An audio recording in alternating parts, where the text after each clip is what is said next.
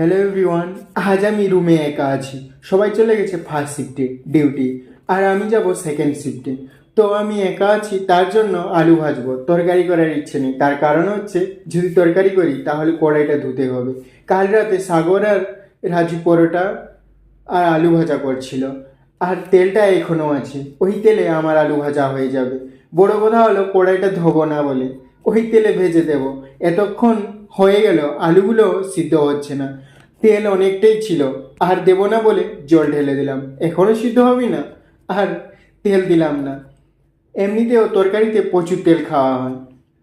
জল দেওয়ার পর শেষ পর্যন্ত আলুগুলো সিদ্ধ হলো। কালকের 3টে পরোটা ছিল, আর একটু আলু ভাজা দিয়ে খাচ্ছি। একটু রেখে দিয়েছি, ভাতের সঙ্গে খাবো। খেয়ে একটু ফোন দেখছিলাম, দিয়ে ভাত বসিয়েছি, সাথে একটা টমেটো দিয়েছি। পরোটা খেয়ে বাসনগুলো রেখে দিয়েছিলাম, এখনও পরিষ্কার করা হয়নি। তো চলো পরিষ্কারটা করে দিই। সব কিছু পরিষ্কার করা কমপ্লিট, আর ভাতও হয়ে গেছে। এখন বাজে হচ্ছে 1টা 12।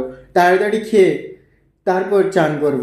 1:30টার দিকে রুম থেকে বার হব, 2টার আগে কোম্পানিতে পৌঁছাতে হবে। আজকের ভাতটাও একটু হতো। প্রথমে ভাত খাচ্ছিলাম, তারপর আবার জল ঢেলে দিলাম ভাতের সঙ্গে। ঝোল না হলে ভাত খেতে মন করে না। ডিউটি থেকে চলে এসেছি। আর আজ কেন সবাই ফার্স্ট শিফটে গেছিলো, তার কারণ হচ্ছে সাগরের আজ জন্মদিন।